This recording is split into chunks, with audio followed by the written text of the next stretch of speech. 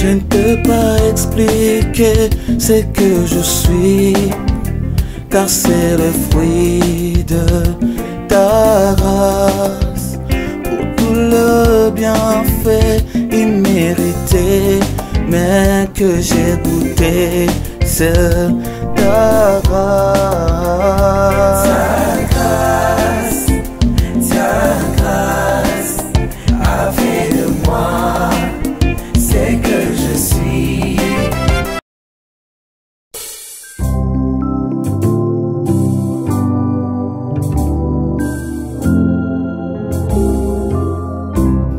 Parce qu'il vit, je n'ai rien à craindre. Mes lendemains sont assurés entre ses mains. Il tient ma vie pour ce temps et l'éternité. Je sais qu'il vit.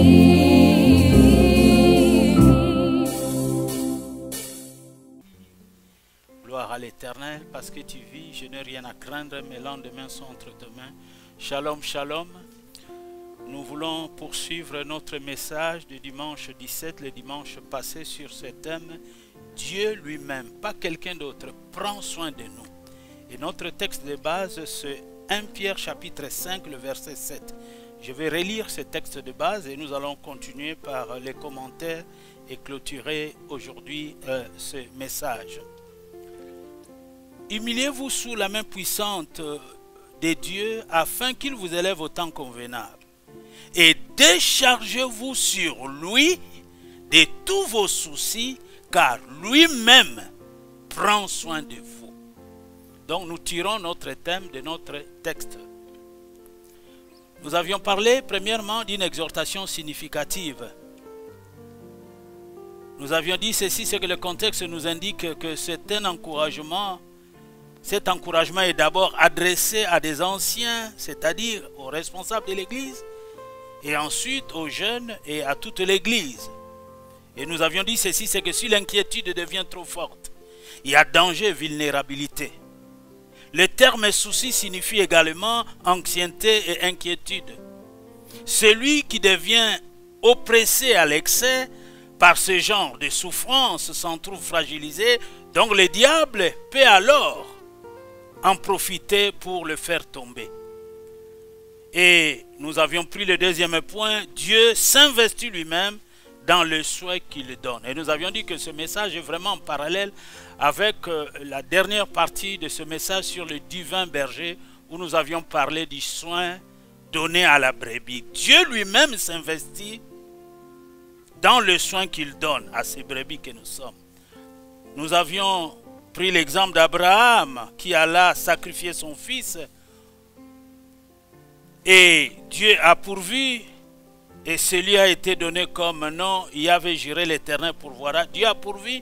Nous avions pris l'exemple aussi d'Eliezer que Abraham avait envoyé pour aller chercher une femme pour son fils Isaac, et l'ange de Dieu a précédé Eliezer. Lui-même, Dieu a fait le choix pour Rebecca. Et nous avions parlé de pas mal de choses. Et nous sommes arrivés au troisième point où nous avons dit Dieu lui-même prend soin de notre salut.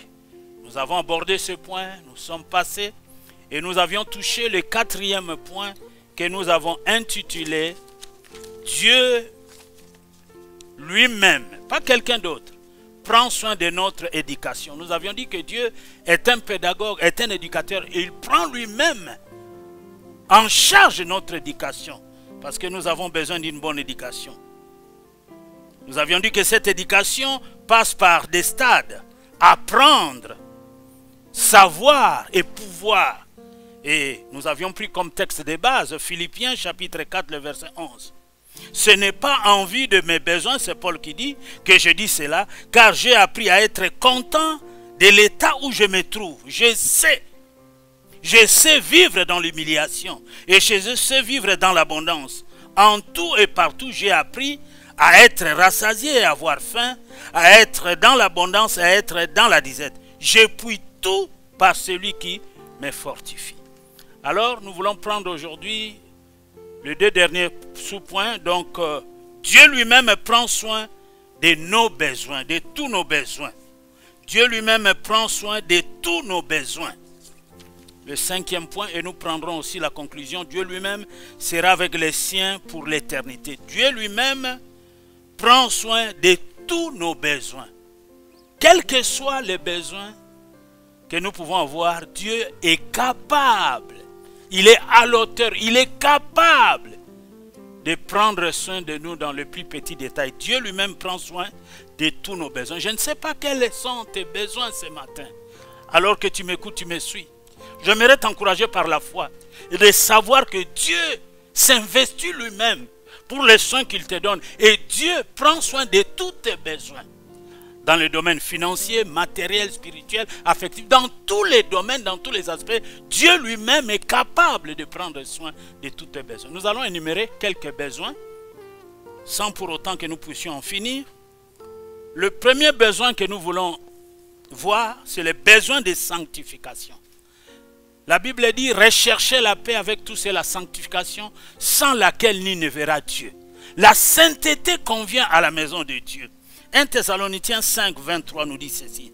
Que le Dieu de paix vous sanctifie lui-même tout entier, pas en partie ou en moitié, tout entier, et que tout votre être, esprit, âme et corps soient conservés irréprochable lors de l'avènement de notre Seigneur Jésus-Christ. Et nous allons dans 1 Pierre. Là, nous venons de lire 1 Thessaloniciens. Nous allons dans 1 Pierre 1, 2. 1 Pierre 1, 2. 1 Pierre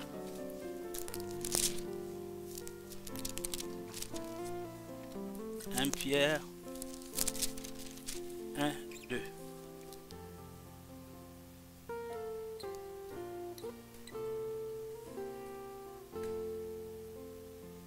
Nous commençons verset 1er. Pierre, apôtre de Jésus-Christ, à ceux qui sont étrangers et dispersés dans le pont, la Galatie, la Cappadoce, l'Asie, la Bithynie, et qui sont élus selon la prescience de Dieu le Père, par la sanctification de l'Esprit, afin qu'ils deviennent obéissants et qu'ils participent à l'aspersion du sang de Jésus-Christ. Que la grâce et la paix vous soient multipliées. Cette expression sanctification, nous ne voulons pas passer rapidement parce que nous parlerons de Dieu qui s'occupe de tous nos besoins. Nous verrons le besoin d'affermissement, les besoins de consolation, les besoins de direction, le besoin de paix, les besoins matériels. Mais j'aimerais d'abord et premièrement et avant tout m'attarder sur les besoins de la sanctification. Parce que sans la sanctification, nul ne verra le Seigneur. Celui qui ne se sanctifie pas davantage peut manquer l'enlèvement de l'Église. L'enlèvement de l'Église est une affaire de sanctification, d'être mis à part. Qu'est-ce que nous entendons par sanctification? Nous voulons résumer seulement. Je parlais de la sainteté de la sanctification pendant 2 ou 3 dimanches, mais j'aimerais quand même résumer cela. Sanctifier, puisque Dieu lui-même prend soin de notre sanctification, il nous sanctifie par sa parole, il nous sanctifie par son esprit, il nous sanctifie par sa présence. Sanctifier, en grec, veut dire Bachiamos, qui signifie rendre saint, consacré, séparé du monde, être mis à part du péché, de sorte que nous puissions avoir une relation intime avec Dieu et les servir avec joie. Dieu souligne l'importance de nous sanctifier, d'être consacrés, d'être mis à part pour lui et pour lui seul. Toute la Bible nous parle de la sanctification. Outre l'emploi du verbe sanctifier, on trouve les expressions suivantes pour évoquer les critères bibliques de la sanctification. Tu aimeras ton Dieu de tout ton cœur, de toute ton âme et de toute ta pensée. Donc irréprochable dans la sainteté. En achevant notre sanctification. Une charité venant d'un cœur pur. D'une bonne conscience et d'une foi sincère. Pure et irréprochable. Ce sont là les expressions qui parlent de la sanctification. Ayant été affranchis du péché, morts au péché, et esclaves à la justice pour arriver à la sainteté. Nous gardons donc ces commandements et nous triomphons du monde parce que nous sommes mis à part, séparés. Ces expressions bien-aimées décrivent l'œuvre de l'Esprit à travers le salut obtenu en Christ. Salut par lequel nous sommes délivrés de l'esclavage et de la puissance du péché. Séparés donc des habitudes coupables et du monde que nous avions autrefois. Donc cela produit en nous les fruits de l'esprit, nous permet de vivre dans la sainteté, non seulement dans la sainteté, mais dans la victoire et la consécration à Dieu. Dans Jean 17, le verset 15 à 19, sanctifie-les par ta parole est la vérité. Je vais lire ça, Jean chapitre 17, le verset 15 à 19. Jean 17, 15 à 19. C'est un texte que j'aime bien, Jean 17, l'évangile de Jean 17, le verset 15 à 19. Je commence au verset 13. Et maintenant, je vais à toi. Et je dis ces choses dans le monde afin qu'ils aient en eux ma joie parfaite.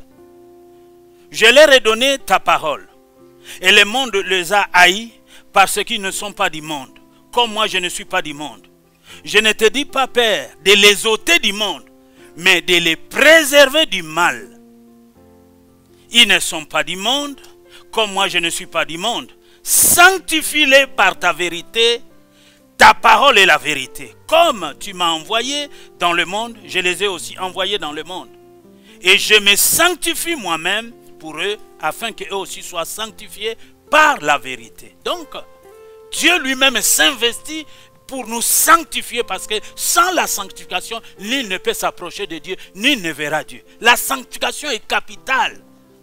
Tout enfant de Dieu doit aspirer. Il y a la sanctification positionnelle que nous recevons par la foi en Christ. Et ensuite la sanctification progressive. Nous devons que celui qui est saint par position se sanctifie encore davantage. Et ça c'est très important. C'est pour cela que je dis, je vais m'attarder là-dessus. Ce terme bien-aimé n'implique pas la perfection absolue. Non. Mais une juste morale, une justice morale, sans tâche, démontrée dans la pureté et l'obéissance, et à travers une vie irréprochable, selon Philippiens chapitre 2, le verset 14 à 15. Le chrétien, par la grâce de Dieu, qui leur a été donné, sont morts en Christ. Nous sommes morts en Christ. Et nous avons été libérés de la puissance du péché et de sa domination. Aussi ne doivent pas pécher.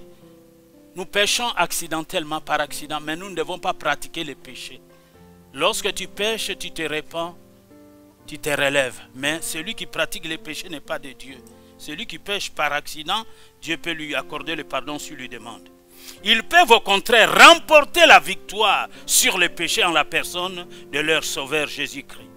Par l'Esprit, nous sommes rendus capables de ne pas pécher. Car l'Esprit est faible, mais la chair est faible, mais l'Esprit est bien disposé.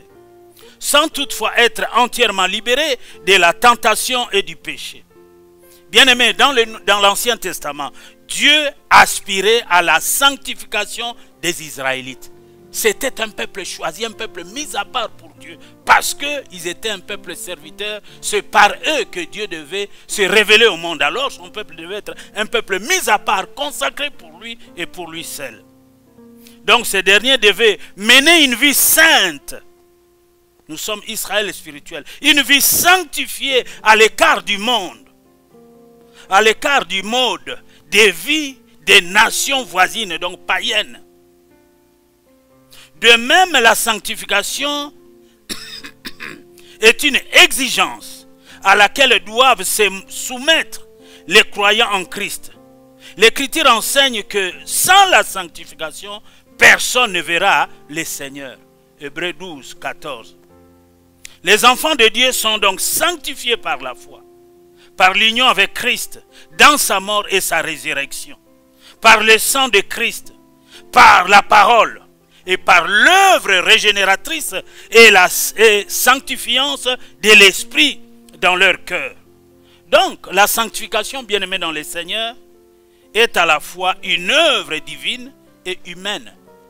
Dieu nous sanctifie par position, mais nous aussi, nous nous sanctifions davantage. Donc, je disais, la sanctification est à la fois une œuvre divine et humaine. 2 Pierre 2, 12 à 13. Pour pouvoir, bien aimé, accomplir la volonté de Dieu en ce qui concerne la sanctification, donc les croyants que nous sommes, les croyants doivent participer à l'œuvre sanctifiante de l'Esprit en s'abstenant du mal, du monde et du péché, en se purifiant eux-mêmes de toute souillure de la chair et de l'esprit, en achevant leur sanctification dans la crainte de Dieu. Ça, c'est 2 Corinthiens chapitre 7, verset 1. Je vais lire ce verset que j'aime bien. 2 Corinthiens chapitre 6. C'est un texte que nous aimons. Voilà. Le verset 14 de 2 Corinthiens 6. Ne vous mettez pas avec les infidèles sous un joug étranger, car quel apport y a-t-il entre la justice et l'iniquité? Ou qu'y a-t-il de commun entre la lumière et les ténèbres? Quel accord y a-t-il entre Christ et Bélial? Ou quelle part a le fidèle avec l'infidèle? Quel rapport y a-t-il entre les temples de Dieu et les idoles? Car nous sommes les temples du Dieu vivant. Comme Dieu l'a dit, j'habiterai et je marcherai au milieu d'eux. Je serai leur Dieu et ils seront mon peuple. C'est pourquoi sortez du milieu d'eux et séparez-vous, dit le Seigneur. Ne touchez pas à ce qui est impur, je vous accueillerai, je ferai pour vous un père et vous serez pour moi des fils et des filles, dit le Seigneur Tout-Puissant. Ayant donc, bien-aimés, de telles promesses, purifions-nous de toute souillure de la chair et de l'esprit en achevant notre sanctification dans la crainte de Dieu. Amen. Dieu lui-même prend soin de nous sur les besoins de la sanctification. La sanctification est un besoin. Sans la sanctification, nul ne verra Dieu. Pour pouvoir être véritablement sanctifiés, les croyants doivent entretenir une communion intime avec Christ. Il faut entretenir une communion intime avec Christ pour être vraiment sanctifié. Je dis pour pouvoir être véritablement sanctifiés, les croyants doivent entretenir une communion intime avec Christ. Vivre dans la communion fraternelle avec d'autres croyants, c'est consacrer à la prière, obéir à la parole de Dieu, être sensible à la présence de Dieu et à l'attention qu'il leur porte. Aimer la justice et haïr le mal. Mettre à mort le péché. Se soumettre à la discipline divine. Ce sont là des éléments qui nous conduisent à la sanctification. Dans le Nouveau Testament, il n'est pas décrit comme un processus lent au cours duquel la personne convertie renonce petit à petit à ses péchés. Non.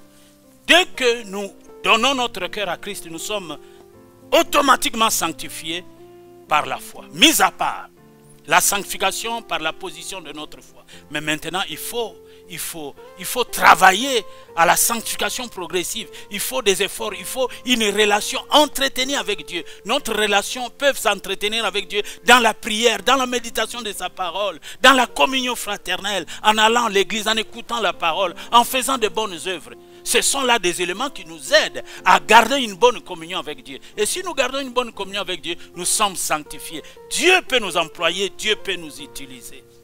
Il y aurait beaucoup de choses à dire quant à la sanctification. Je passe ces points pour énumérer d'autres passages rapidement. Dieu s'occupe lui-même, comme j'ai dit, de notre sanctification. Le deuxième point, Dieu s'occupe de notre affermissement. Nous avons besoin d'être affermis. Nous n'avons pas besoin d'être des chrétiens frivoles, des chrétiens, oui, sans racines. Non, Nous devons être enracinés et fondés dans sa parole. Et Dieu lui-même s'occupe de notre affermissement. Pas quelqu'un d'autre.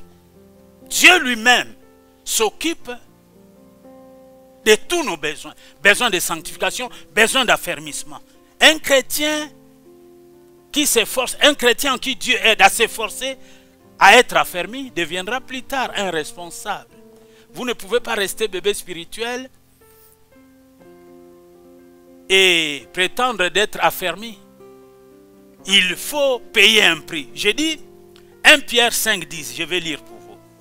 Besoin d'affermissement. Et tous nous avons besoin de cela. Même moi, je continue à avoir besoin de cet affermissement. Je vais encore m'affermir davantage. 1 Pierre 5, 10 nous dit ceci. Le Dieu de toute grâce. D'autres versions disent le Dieu de toute faveur. Qui vous a appelé en Jésus-Christ à sa gloire éternelle.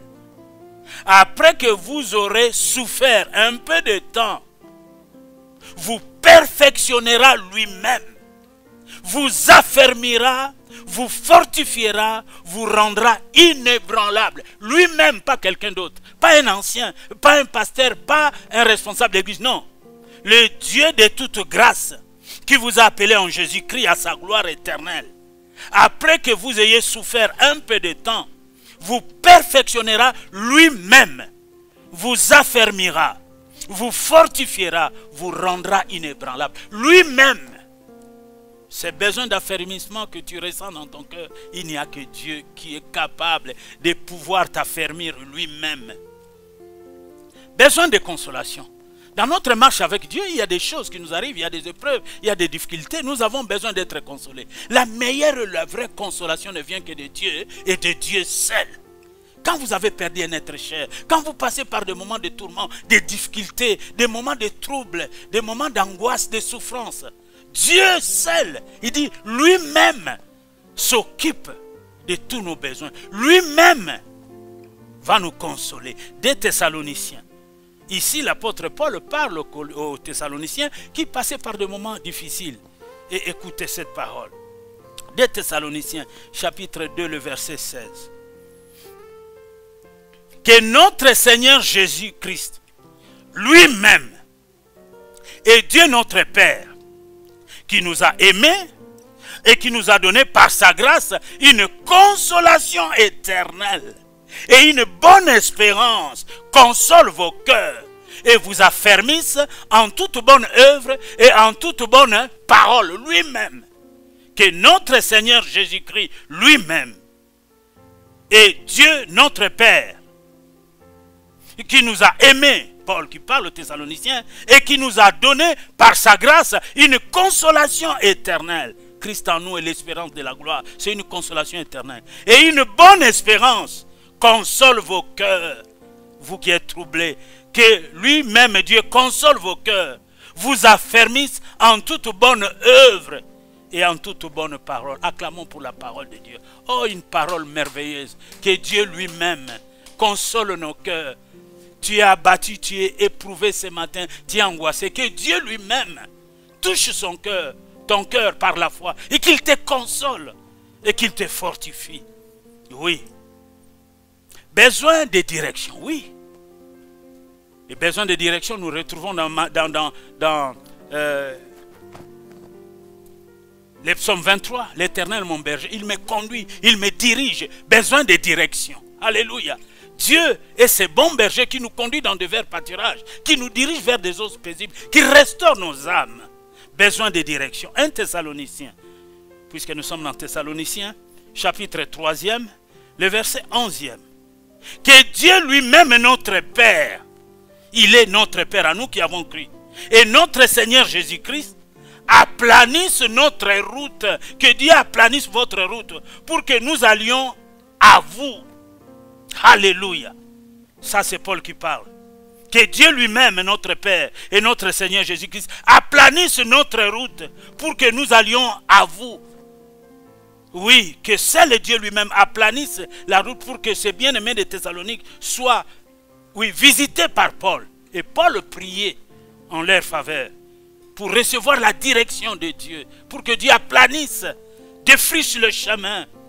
et balise la route pour qu'ils aillent voir les Thessaloniciens pour les consoler. Nous avons besoin de la direction. L'Éternel est mon berger, je ne manquerai de rien. Il me conduit dans de verts pâturages. Laisse-toi conduire, reçois la direction. Je te conseillerai, j'aurai les regards sur toi. Je te montrerai les chemins à suivre. Le psaume 32, le verset 8. Je te montrerai les chemins à suivre. Je te conseillerai, j'aurai les regards sur toi. Tu as besoin de la direction. L'homme a besoin de la direction. La Bible dit, nous étions autrefois sans brebis, nous étions sans berger. Chacun suivait sa propre voie. Mais Dieu a fait retomber sur lui l'iniquité de nous tous. Et il nous a pris et il nous donne maintenant la direction à suivre. Il est le chemin, la vérité et la vie. La direction vers Dieu, c'est en Christ. Je suis le chemin, ni ne vient au Père que par moi. Alléluia. Il n'y a de salut en aucun autre nom. Dans le ciel et sur la terre, aucun autre nom qui a été donné. C'est non le nom de Jésus. Oui, tout chemin mène à Rome, mais tout chemin ne mène pas au ciel. La direction du chemin qui mène au ciel, c'est Jésus-Christ. Je suis le chemin, la vérité et la vie. Ni ne vient au Père que par moi. Besoin de paix. Ah! Qui peut vivre sans paix? Un homme, une femme qui vit sans paix, il est agité, tourmenté. Nous avons tous besoin de paix. Et nous savons que le prince de paix, c'est Dieu. 2 Thessaloniciens chapitre 3, 16. Dieu prend soin lui-même de tous nos besoins. Besoin de paix. 2 Thessaloniciens, le chapitre 3, le verset 16. Que le Seigneur de la paix vous donne lui-même. Ah, pas quelqu'un d'autre. Lui-même. La paix en tout temps. Je prie pour que Dieu te donne la paix en tout temps. Toi qui m'écoutes. Pas de temps en temps. En tout temps. Que Dieu te donne la paix. Aie seulement la foi et reçois ces soins que Dieu te donne. Lui-même te donnera la paix. En tout temps. De toute manière, que le Seigneur soit avec vous tous qui m'écoutez ce matin. Amen. Besoin matériel. Lorsque vous avez un besoin matériel, Dieu aussi là s'investit lui-même pour nous secourir sur le plan matériel. Oh, que de témoignages que nous pouvons donner sur les besoins matériels. Que des témoignages. Nous nous sommes avec maman Hortense en 2015. Pour entrer en 2016, nous avions notre Prado. Et nous commençons à avoir envie de pouvoir changer de véhicule parce que nous avons déjà roulé avec 5 ans. Quand vous roulez déjà avec un véhicule 5 ans, un véhicule d'occasion, eh bien, après la 5e année, ça pose déjà des problèmes. Dieu a touché le cœur de mon jeune frère qui m'a donné la voiture que je roule avec. Là. Dieu savait, je n'ai même pas demandé, maman Hortense est là. Mon jeune frère va m'appeler, va me dire, mais ya William Ozwanayo Docho. Dieu s'occupe de tous nos besoins. Lui-même prendra soin de nous. Il peut faire à nous au-delà de ce que nous pensons, de ce que nous imaginons. Nous recevons seulement la pensée sans demander quoi que ce soit. Dieu intervient. Et quelques temps après, nous avons eu encore la voiture, la Touareg pour maman Hortense. Nous étions dans les besoins. Elle a eu sa voiture, moi j'ai eu aussi la mienne. Donc, acclamons pour le Seigneur. Dieu lui-même, j'aimerais t'encourager. Toi qui es battu, toi qui es troublé. Déjà, Dieu veut t'assurer la paix en tout temps. Et Dieu veut te dire qu'il pourvoira même à tes besoins matériels. Matériels. Aujourd'hui, Okoma Malpang. Okoma Mama Lupang, pour parler bien lingala. Ce n'est pas d'aujourd'hui. Mais quand nous sommes mariés, on dit Maman Lupang. Non, Dieu s'occupe même de nos besoins matériels. Nous sommes en train de faire comme un songe, comme un rêve. Comment Dieu nous visite. Il nous prend dans un point donné, il nous amène pas à pas de gloire en gloire, de victoire en victoire. C'est comme si nous avons pris les transports à Victoire et nous allons vers Matadibayo. Nous dépassons Delvaux, Bandalungwa, tout ça. Et partout où nous dépassons, il y a des bénédictions qui nous attendent. Nous ne faisons qu'enregistrer ces bénédictions. Et avant l'enlèvement de l'église, nous serions bondés de bénédictions. Dieu nous bénit déjà ici sur la terre, même là-haut. Alléluia. Besoin matériel. Donc, aie la foi. Dieu lui-même prendra soin de tes besoins matériels. Ce que tu n'as pas aujourd'hui, continue à marcher par la foi. Demain, le lendemain. Dieu pourvoit à tous nos besoins. Aucun besoin n'est trop plus grand que Dieu. Le sixième point. Dieu lui-même sera avec le sien pour l'éternité. Si nous demeurons dans la foi, nous continuons à marcher dans ces voies, Dieu lui-même sera avec nous pour l'éternité. Nous sommes des pèlerins, nous sommes des étrangers sur la terre des hommes. Et lorsque nous aurons rempli notre mission, Dieu nous enlèvera, nous irons au ciel. Et Dieu promet, Dieu lui-même sera avec les siens pour l'éternité. Quelques passages que je vais lire, après quoi nous allons clôturer pour ce message sur Dieu prend soin de lui. Dieu lui-même prend soin de nous. Apocalypse 21, le verset 3. Apocalypse 21, le verset 3, nous dit ceci. Et j'entendis du trône une voix forte qui disait, voici le tabernacle de Dieu avec les hommes. Il habitera avec eux et ils seront son peuple. Et Dieu lui-même sera avec eux. Alléluia. Gloire à l'Éternel. Voici le tabernacle de Dieu avec les hommes. Il habitera avec eux et ils seront son peuple. Et Dieu lui-même sera avec eux. Dieu lui-même sera avec nous. Sylvain. Hein, Guillet? Dieu lui-même habitera avec nous. Il essuiera toute larme de leurs yeux. Et la mort ne sera plus. Il n'y aura plus ni deuil, ni cri, ni douleur, car les premières choses ont disparu. Gloire à l'Éternel. Apocalypse chapitre 22, le verset 3. Il n'y aura plus d'anathème, de malédiction, anathème maudit. Il n'y aura plus d'anathème, pas Athènes, pas Athènes de la Grèce, non. Anathème, donc maudit, malédiction. Le trône de Dieu et de l'agneau sera dans la ville. Ses serviteurs, gloire à Dieu, ses serviteurs, gloire à Dieu, les serviront et verront sa face. Oh, j'aspire à ces jours. Et son nom sera sur leur front. Gloire à l'Éternel. Il n'y aura plus d'anathème. Le trône de Dieu et de l'agneau sera dans la ville. Ses serviteurs, servant Dieu bien-aimé avec crainte et tremblement. Maudit soit quiconque fait l'œuvre de Dieu avec négligence. Bannissons toute négligence. Ses serviteurs les serviront et verront sa face. Et son nom sera sur leur front. Alléluia. Christ à nous l'espérance de la gloire. En conclusion, à toutes ces grâces bien-aimées, nous devons insister pour dire que la relation personnelle avec Dieu est indispensable et fondamentale. Notre relation personnelle, notre vie intime avec Dieu. Nous l'avons dit l'autre fois. Donc je dis, en conclusion, à toutes ces grâces, ces faveurs que Dieu nous accorde là, lui-même sera avec nous. Lui-même pourvoira tous nos besoins matériels, besoins de paix, de direction, de consolation, d'affermissement, de sanctification. En conclusion à toutes ces grâces, ces faveurs que Dieu nous accorde, nous devons insister pour dire que la relation personnelle avec Dieu est indispensable. Voilà pourquoi nous avions commencé par la sanctification, parce que la sanctification, si nous sommes mis à part, consacrés, et que nous avons une bonne relation intime avec Dieu, eh bien, c'est vraiment formidable. Exode 20, le verset 2. Je suis l'Éternel ton Dieu, qui t'a fait sortir du pays d'Égypte, de la main de servitude. Ésaïe 43, le verset 3. Car si je suis l'Éternel ton Dieu, le Saint d'Israël, car je suis l'Éternel ton Dieu, le Saint d'Israël ton sauveur. Ésaïe 54, le verset 5. Car ton Créateur est ton époux, l'Éternel des armées est son nom. Et ton Rédempteur est le Saint d'Israël. Il se nomme Dieu de toute la terre. Amen. Il est dit dans Osée 2, 19. Je serai ton fiancé pour toujours. Oui. Je serai ton fiancé par la justice. Je serai ton fiancé par la droiture. Je serai ton fiancé la grâce, par la grâce et la miséricorde.